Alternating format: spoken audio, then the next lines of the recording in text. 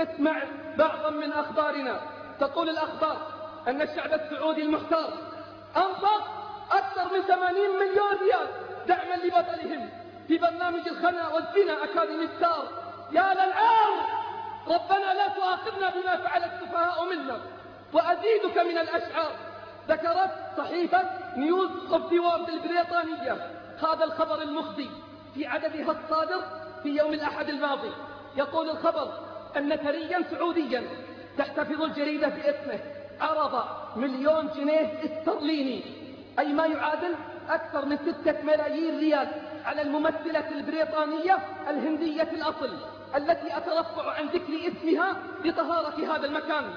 6 ملايين ريال مقابل أن تتناول العشاء معه وتقضي سهرة ممتعة في بلد خليجي قريب. قالت الصحيفة أن الملياردير السعودي عرض على الممثلة البريطانية الهندية دعوة خاصة يتكفل هو بكافة نفقاتها للحضور إلى دبي، تبدأ من السفر جوا على مقاعد الدرجة الأولى، وإن شاءت جاء بها بطائرة خاصة، ثم الاستضافة في فندق من فئة 5 نجوم طوال فترة إقامتها هناك. ونسبت الصحيفة إلى مصدر مقرب من الممثلة أن الممثلة رفضت هذا العرض بقولها إنه حقير، ولأنها لم تصدق أن هناك من يدفع كل هذه الأموال مقابل سهرة وعشاء في بلد من البلدان. نعم، قاتل وحقير، ولو طلب منه أن يعطي هذا المبلغ أو نصفه لفقراء فلسطين لما أعطاهم. ولك خبر أخير شهده من من الله عليه بالتوبة وأنجاه من الضياع بعد أن شهد ذلك المشهد الذي رآه.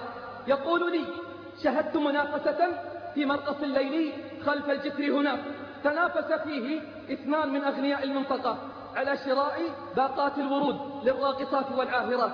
قيمة الباقة الواحدة 1000 ريال، فكانت النتيجة النهائية: اشترى الأول 70 باقة بقيمة 70,000 ريال، واشترى الآخر 50 باقة بقيمة 50,000 ريال. عجيب والله أمرنا، آلاف الريالات على الراقصين والراقصات، فتبا لهؤلاء السفهاء، فلقد ألحقوا بنا الذل والعار. أنا من أمة تجتر ذلا فشيمتها المعازف والدفوف، كساها الذل ثوبا بربريا وتبرق في نواظرها الزيوف، تسرح كالشياه بكل أرض وحول حمى مذلتها تطوف، فلا راع له رايات حزم ترص له الفيالق والصفوف. فأين أبو عبيدة لو رآنا لما رقدت بأغماد سيوف، وأين مضاء زيد والمثنى، وأين صلاحنا البطل الحضيف. ترى أين سيف خالد والمثنى وطارق، وهل أصبح سيف صلاح الدين نجمة سداسية تعلقها امرأة يهودية على صدرها وهي تصرخ بنشوة وهي تطأ بقدمها قبة الصخرة قائلة: فلتقم يا صلاح الدين إن كنت شجاعا.